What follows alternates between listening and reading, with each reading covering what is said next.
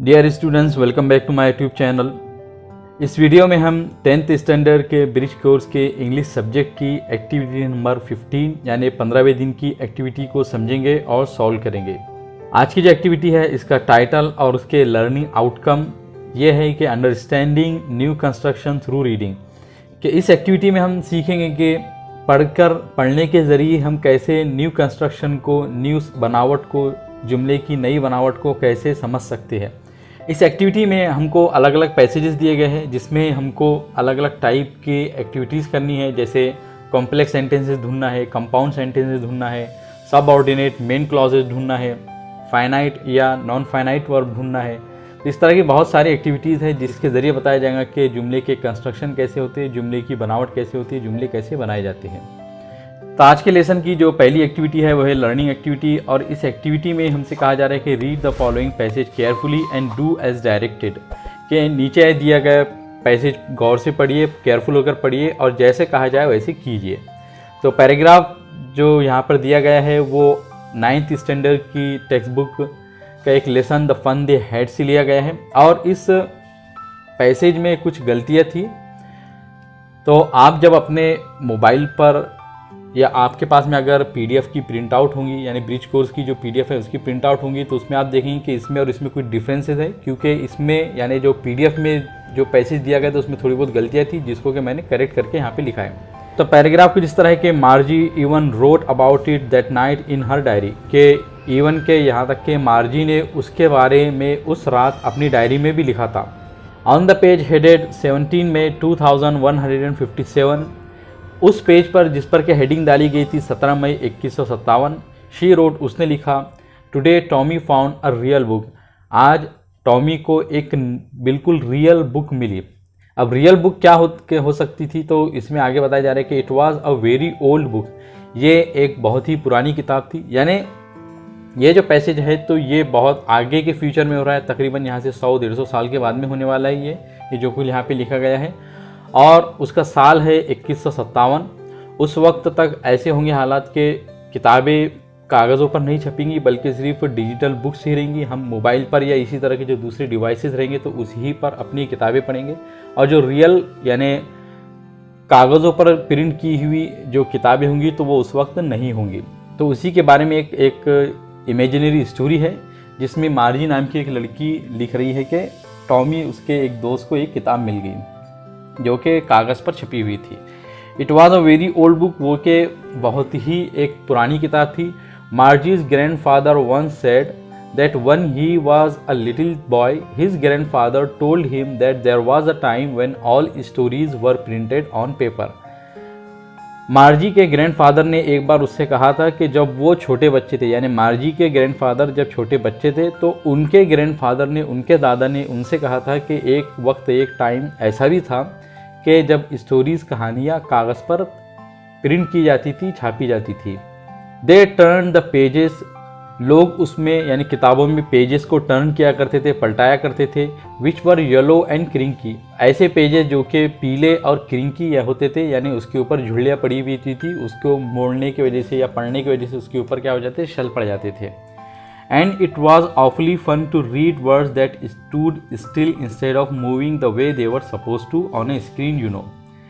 और बहुत ही अजीब तरीके से फ़नी होता था उन वर्ड्स को पढ़ना जो कि जैसे कि वैसे बिल्कुल खड़े होते थे या जो कि तू बाकी रहते थे, मूव होने के बजाय, हरकत करने के बजाय उस तरह से जैसे कि उनको हरकत करने की उम्मीद की जाती थी स्क्रीन पर, यू नो, जैसे कि आपको मालूम है। इस सेंटेंस का मतलब ये है कि फ्यूचर में जो बच्चे होंगे तो उनको नहीं मालूम होगा कि बुक पर कैसे पढ़ा जाता है।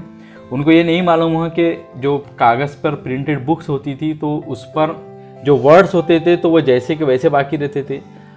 हम देखते हैं कि जब हम मोबाइल पर कोई चीज़ पढ़ते हैं तो जो वर्ड्स रहते हैं तो जब हमारा पढ़ना हो जाता है तो हम स्क्रॉल कर देते हैं, और जो वर्ड्स है तो वो हमारी स्क्रीन से हट जाते हैं और ऊपर चले जाते हैं।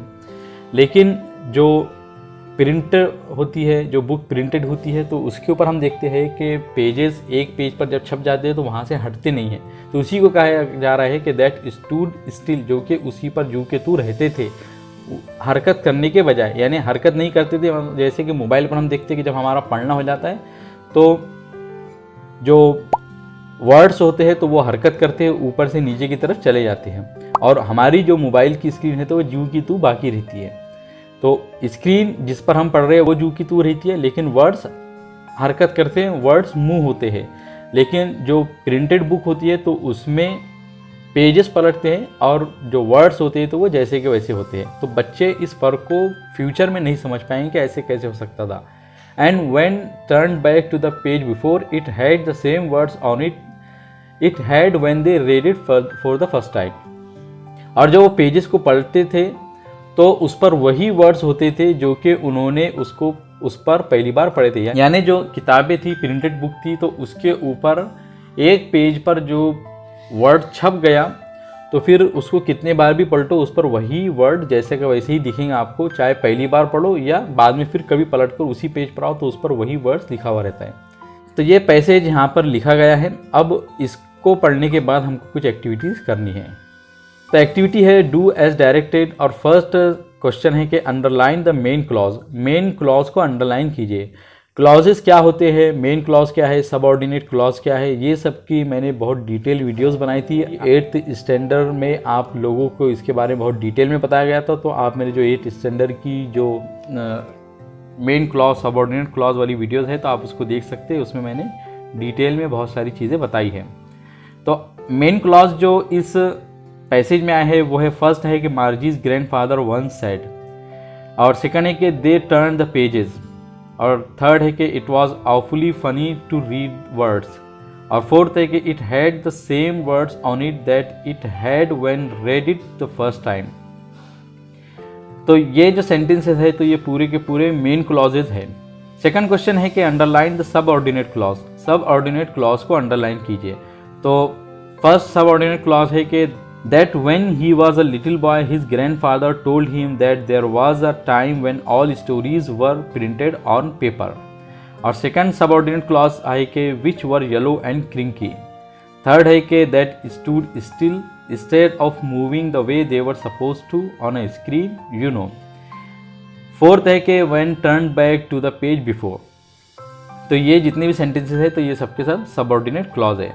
मेन क्लॉज और सबऑर्डिनेट क्लॉज में डिफरेंस ये है कि सबऑर्डिनेट क्लॉज जो होता है तो वो अपने मीनिंग कम्प्लीटली उसी वक्त बता सकता है जबकि उसके साथ में मेन क्लॉज लग जाए, और मेन क्लॉज अपने कंप्लीट मीनिंग, कंप्लीट सेंस बताने के लिए सबऑर्डिनेट क्लॉज पर डिपेंड नहीं होता है, बल्कि वो अपने मीनिंग खुद से पूरे का पूरा बता सकता है, जबकि सबऑर्डिनेट क्लॉज अपना कंप्लीट सेंस नहीं बता सकता।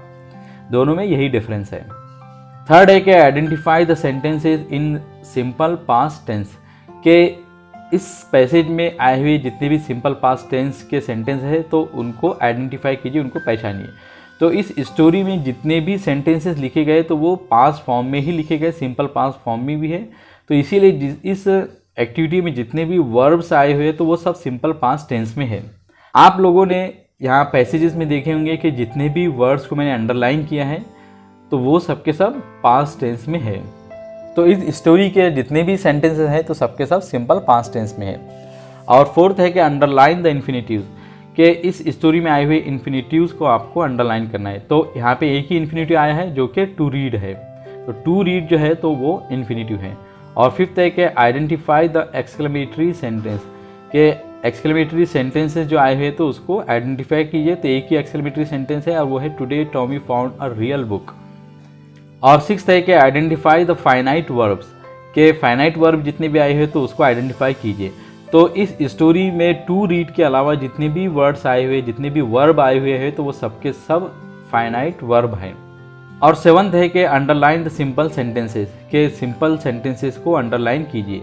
तो यहाँ पे इस पैसेज में दो सिंपल सेंटेंसेस आए हैं। फर्स्ट है कि Margie even wrote about it that night in her diary, और सेकंड है कि it was a very old book. 8th question है कि identify the complex sentences.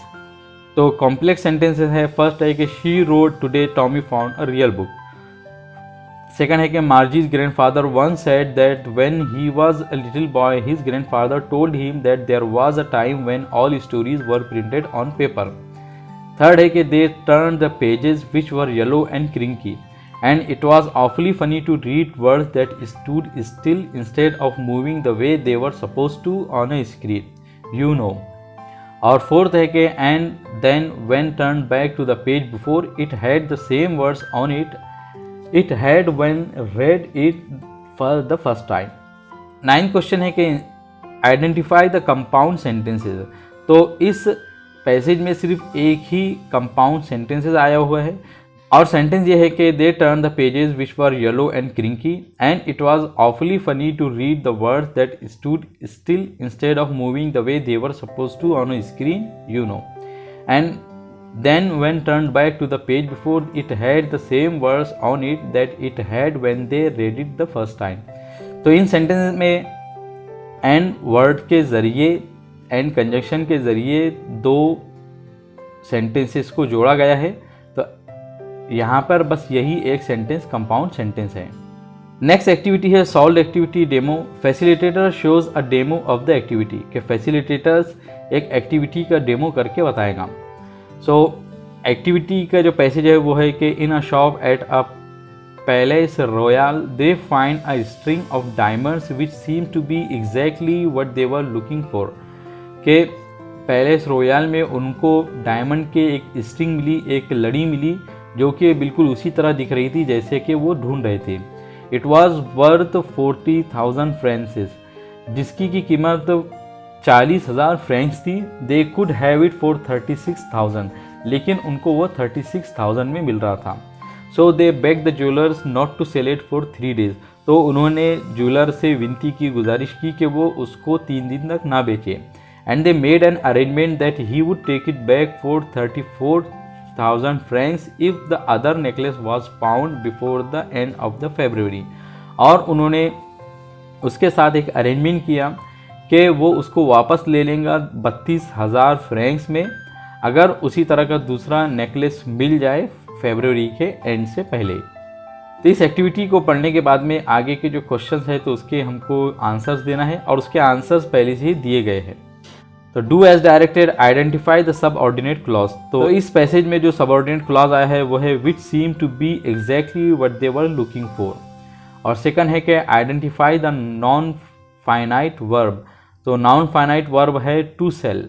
Next activity है practice. Facilitator gives many passages to understand new construction through reading, कि facilitator का ये काम होगा कि बहुत से पैसेजेस स्टूडेंट को दे ताकि वो रीडिंग के ज़रिए न्यू कंस्ट्रक्शन को समझ सके। Learners have to identify different types of construction through reading, और लर्नर को पढ़ने के ज़रिए अलग अलग टाइप के जो कंस्ट्रक्शन है तो उसको पहचानना होगा। तो यहाँ पे टीचर का ये काम है कि बच्चों को कोई पैसेज अपनी पसंद का दे। यहाँ पे मैंने 10th स्टैंडर्ड के जो पहला सबक है, पहला जो लेसन है, तो उसका एक पैसेज आप लोगों के लिखा है।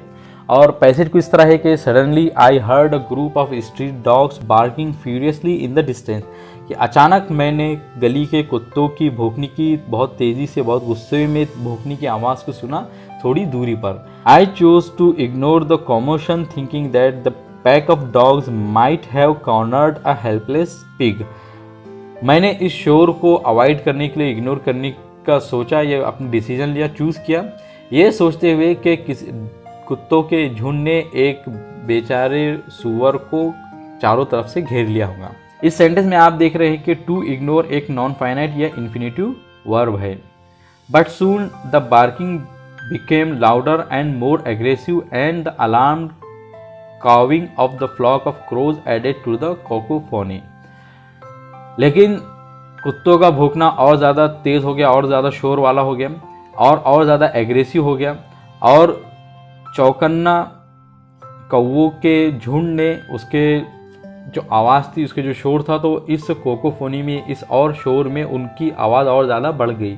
I also heard the disturbance approaching closer, और मैंने ये जो डिस्टर्बेंस था, ये जो परेशानी थी, तो उसको करीब आते हुए सुना। इस सेंटेंस में हम देख रहे हैं कि जो पहला सेंटेंस है, suddenly I heard the group of street dogs barking furiously in the distance, ये एक सिंपल सेंटेंस है। और टू इग्नोर एक नॉन फाइनाइट वर्ब है। और इसी तरह जो दूसरे वर्ब के फॉर्म आ रहे हैं तो वो सब फाइनाइट वर्ब है। और जो दूसरा सेंटेंस है, I choose to ignore the commotion thinking that the pack of dogs might have cornered a helpless pig, ये एक कॉम्प्लेक्स सेंटेंस है। और इसी तरह जो लास्ट सेंटेंस है, I also heard the disturbance approaching closer, ये एक सिंपल सेंटेंस है। तो आप इस तरह देख सकते हैं कि कोई भी पैसेज में आपको बहुत सारी चीज़ें मिल जाएंगी, जैसे simple sentence, complex sentence, compound sentence, clause, phrase और अलग अलग टाइप के क्लॉजेज जैसे main clause, subordinate clause, dependent clause, इस तरह की बहुत सारी चीज़ें आपको एक ही पैसेज में मिल सकती है। तो आप जो अपने टेक्स्ट बुक है तो उसमें भी आप देख सकते हैं, बहुत सारे पैसेजेस उसमें अवेलेबल है। अगली जो एक्टिविटी है उसमें हमसे कहा जा रहा है कि extension activity find simple, complex and compound sentences from the passage from the course book. कि आपके जो टेक्स्ट बुक है, आपके जो कोर्स की जो बुक है, तो उसमें से आपको सिंपल, कॉम्प्लेक्स और कंपाउंड सेंटेंसेस ढूंढकर निकालना है अलग अलग पैसेजेस में से। तो आप अपने चाहे तो कोई भी एक लेसन को लीजिए और उसमें सिंपल, कॉम्प्लेक्स और कंपाउंड सेंटेंसेस को ढूंढ सकते हैं, जैसे कि अभी मैंने एक पैसेज में बताया कि आपको कैसे ढूंढना है। और सेकंड है कि make a list of the infinitives, और जितने भी इन्फिनिटीज़ आ रहे हैं तो उसकी भी आप एक लिस्ट बना सकते हैं। तो आप एक पेज, 2 पेज लीजिए और उसके अंदर देखिए कि टू के साथ में कौन कौन से वर्ब आ रहे हैं और पूरे वर्ब की एक लिस्ट बनाइए। तो बहुत ही सिंपल टास्क है, बहुत ही आसान टास्क है ये। तो आज के लेसन में बस इतना ही है। आज के लेसन में हमने देखा कि हम किसी भी पैसेज को पढ़ने के बाद में उसमें हम कैसे जुमलों का, सेंटेंसेस का कंस्ट्रक्शन देख सकते हैं, कैसे हमको पहचानना है, या हम पहचानेंगे कि कौन से वर्ब फाइनाइट वर्ब है, कौन सा नॉन फाइनाइट या इन्फिनिटिव है, सेंटेंसेस किस टाइप के आ रहे हैं, सिंपल सेंटेंस कौन सा है, कॉम्प्लेक्स कंपाउंड सेंटेंस कौन सा है, क्लॉजेस कौन कौन से आ रहे हैं, मेन क्लॉज कौन सा है, डिपेंडेंट सबऑर्डिनेट क्लॉज कौन सा है।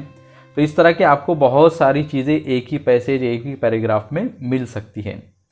तो मुझे उम्मीद है कि आज के लेसन में जितनी एक्टिविटीज़ आई है तो आप लोगों ने इस वीडियो की मदद से समझी होंगी, और जितने भी क्वेश्चन आए हैं तो उसके आंसर्स भी आप लोगों ने लिखे होंगे। अगर फिर भी आप लोगों का कोई डाउट या क्वेश्चन हो तो कमेंट सेक्शन में ज़रूर पूछिए। वीडियो पसंद आए तो उसे ज़रूर लाइक कीजिए, अपने फ्रेंड्स और क्लासमेट्स के साथ में शेयर कीजिए, और इसी तरह की इन्फॉर्मेटिव और एजुकेशनल वीडियोज़ के लिए मेरे चैनल को ज़रूर सब्सक्राइब कीजिए। I will see you in my next video.